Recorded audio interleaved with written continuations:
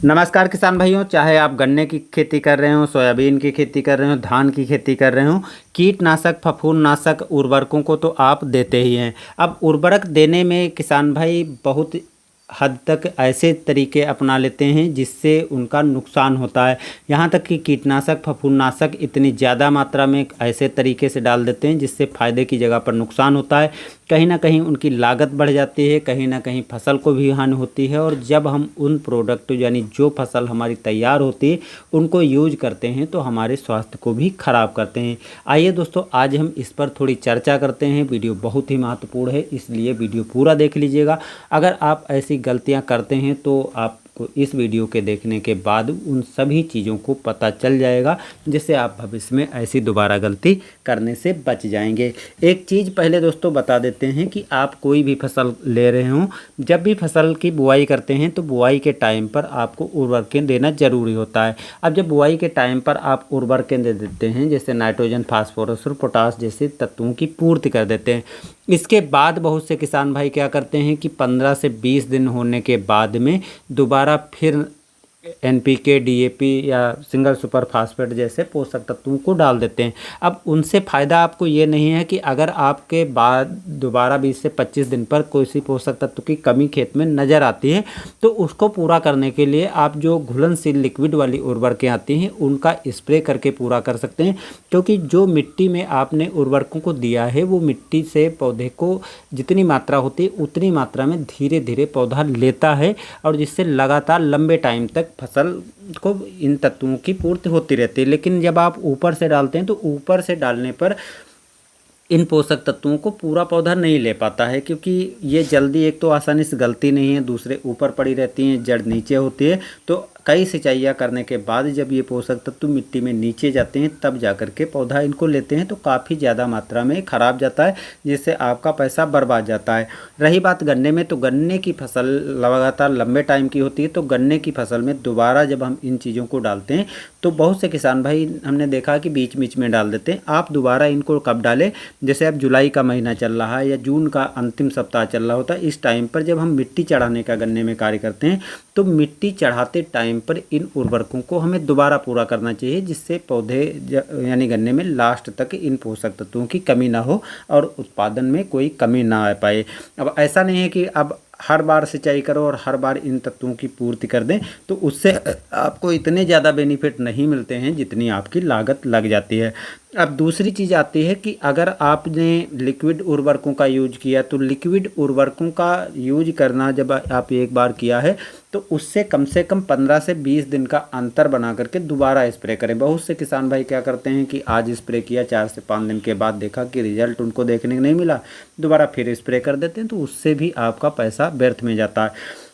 तीसरी गलती किसान भाई क्या करते हैं, तीसरी चीज़ जैसे आपने क्या किया कि ग्रुप 28 का जैसे क्लोएंट्रानिलिप्रोल, कोराजन हो गया या दूसरी ऐसी दवाएं बहुत सी आती हैं, उसको आपने अपने फसल में डाला है। अब इसको ग्रुप 28 को 6 महीने में यानी एक फसल में एक बार डालना पड़ता है, लेकिन गन्ने की लंबी अवधि की फसल होती है, 1 साल की होती है, तो इसको आप 2 बार यूज कर सकते हैं, लेकिन 6 महीने गुजरने के बाद। वैसे भी 2 बार गन्ने में यूज करने की ज़रूरत नहीं होती, क्योंकि एक बार यूज करने पर 90 दिन तो ये काफ़ी अच्छे से काम करता है, 3 महीने, लेकिन इसका असर आपके गन्ने में 210 दिन तक बना रहता है, ऐसा कंपनी का कहना है। लेकिन मानकर चलो कि 190 दिन, 6 महीने तो आसानी से इसका असर आपकी फसल में बना ही रहेगा।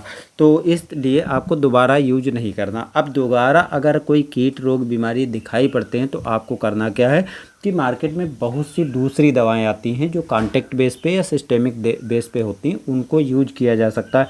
जैसे फिप्रोनिल हो गया, थायोमेथाक्सम हो गया, और ऐसी और भी बहुत सी दवाएं हैं जैसे क्लोरोपाइरीफास हो गया, तो इन दवाओं को भी आप दे सकते हैं। अब इन दवाओं का थोड़े टाइम तक असर रहता है, लेकिन काफ़ी बेहतरीन ढंग से बाद में लगने वाले कीटों पर भी ये कंट्रोल कर लेते हैं, तो इन दवाओं को बाद में यूज किया जा सकता है। और दोबारा आपको ग्रुप 28 की दवा को यूज करने से बचना चाहिए। पैसा भी आपका काफ़ी ज़्यादा लगेगा, क्योंकि काफ़ी महंगी दवाएँ आती हैं, और आपका नुकसान भी हो जाएगा। अब ग्रुप 28 में जैसे आपने देखा होगा फर्टेरा हो गया, वर्टाको हो गया, तो बहुत से किसान भाई क्या करते हैं कि यार वो तो दवा दूसरी थी और ये दवा दूसरी है तो हम इसको डाल दें, लेकिन फार्मूला होता है, एक ही फार्मूले पर बने होते हैं, इसलिए इनको आपको डालने से बचना चाहिए। और दोबारा जैसा कि मैंने बताया है, दूसरी दवाओं को आपको यूज कर लेना चाहिए। बहुत से मार्केट में दवाएँ आती हैं, उनमें से कोई आप डाल सकते हैं। तीसरी एक चीज़ और मैंने देखी है किसान भाइयों, जैसे माइक्रो न्यूट्रिएंट्स हो गया। आज के समय में क्या है कि धान के अतिरिक्त किसान भाई जिंक की मात्रा किसी दूसरी फसल में पूरा नहीं करते हैं। लगातार किसान भाई गन्ने की बुआई कर रहे हैं या लगातार दूसरी फसलों की बुआई कर रहे हैं, धान उसमें नहीं लगाया है और फिर भी उसमें जिंक की कमी हो जाती है और उनको समझ में नहीं आता और जिंक नहीं डालते हैं। तो जिंक आपको, जैसे धान के अतिरिक्त दूसरी फसलें लगा रहे हैं तो 3 साल में एक बार आपको जिंक ज़रूर डालना चाहिए। गन्ने जैसे फसल ले रहे हैं तो उसमें बुआई के टाइम से लगा करके और जब आप मिट्टी चढ़ाने जा रहे हो तो उस टाइम तक आप डाल सकते हैं, या बाद में किसी भी टाइम जब यूरिया देते हैं तो उस टाइम पर जिंक को मिला करके डाला जा सकता है, जिससे पूरा फ़ायदा आपके पौधे को मिलेगा और जिंक जैसे तत्व की कमी होने से जो नुकसान होता है उससे आप बच जाएंगे। बाकी धान में अगर आपने पूरा किया है तो दोबारा गेहूं में पूरा करने की ज़रूरत नहीं पड़ती है। लेकिन अगर आपने स्प्रे किया तो स्प्रे करने के बाद में आपको दोबारा दूसरी फसलें जब लगाते हैं तो उसमें भी देना पड़ेगा। अब इन चीज़ों को देने के बाद आती है बात माइक्रो न्यूट्रिएंट्स और ग्रोथ प्रमोटर की। आज के समय में देखा होगा कि किसान भाई ग्रोथ प्रमोटर को भी भर भर कर देना चालू कर दिया है, जबकि दोस्तों ऐसा आपको बिल्कुल नहीं करना है। अधिक ग्रोथ प्रमोटर से आपको फ़ायदा नहीं मिलता है। ग्रोथ प्रमोटर जो है अपनी फसल में आप 2 बार ही यूज करें, 2 बार से अधिक आपको डालने की आवश्यकता नहीं है। अब ग्रोथ प्रमोटर बहुत से मार्केट में आते हैं, तो कोई भी अगर आप एक बार ग्रोथ प्रमोटर यूज करते हैं तो उसके 30 दिन के बाद दोबारा ग्रोथ प्रमोटर यूज कर दीजिए। उसके बाद आप ग्रोथ प्रमोटर डालने की आवश्यकता नहीं है। जब भी आप बाद में डालेंगे तो पैसा बस आपका बर्बाद होने वाला है। तो इसलिए बाद में आपको कई बार में ग्रोथ प्रमोटर डालने की ज़रूरत नहीं। यदि आप दानेदार डाल दिया है तो लिक्विड डालने की आवश्यकता नहीं, लिक्विड डाला है तो दानेदार आवश्यकता नहीं। एक कंपनी का डाल दिया तो दूसरी कंपनी का डालने की आवश्यकता नहीं। इसके बाद माइक्रो न्यूट्रिएंट्स की बात आती है। हाँ, माइक्रो न्यूट्रिएंट्स का आपको ध्यान रखना है कि जो सूक्ष्म पोषक तत्व होते हैं जैसे मैग्नीशियम, कैल्शियम, आयरन, सल्फेट, इन तत्वों की कमी ना आने पाए आपकी फसल में, इसलिए एक बार इनको आपको अपनी फसल में डालना है। कभी भी आप स्प्रे कर सकते हैं। अलग अलग आप iron sulphate, magnesium sulphate, calcium sulphate वाले तत्व ले रहे हैं तो अलग अलग आप स्प्रे कर सकते हैं। लेकिन कुछ माइक्रो न्यूट्रिएंट्स बहुत से एक ही उसमें ग्रुप बना करके एक ही पैकेट में आपको दे दिए जाते हैं, जिसमें कई तरह के माइक्रो न्यूट्रिएंट्स होते हैं। तो उनको आप एक बार में ही डाल करके इन तत्वों को पूरा कर सकते हैं, क्योंकि इनकी बहुत ज़्यादा आवश्यकता नहीं होती, तो एक सीमित मात्रा में आवश्यकता होती है जिनको आप पूरा कर सकते हैं। अब लास्ट में दोस्तों एक चीज़ बताना चाहेंगे कि अगर आप इन पोषक तत्वों की पूर्ति अधिक कर देते हैं तो जिस तरह से इनके तत्व की कमी होने से भी आपकी फसल को हानि हो सकती है, इसी तरह आप इन तत्वों की यदि अधिकता कर देते हैं तब भी आपकी फसल को नुकसान होता है। तो इसीलिए जो भी पोषक तत्व डाल रहे हैं उसके बारे में पहले अच्छे तरीके से जांच कर लें, कितनी मात्रा डालनी है, कैसे डालना है, कितनी बार डालना है।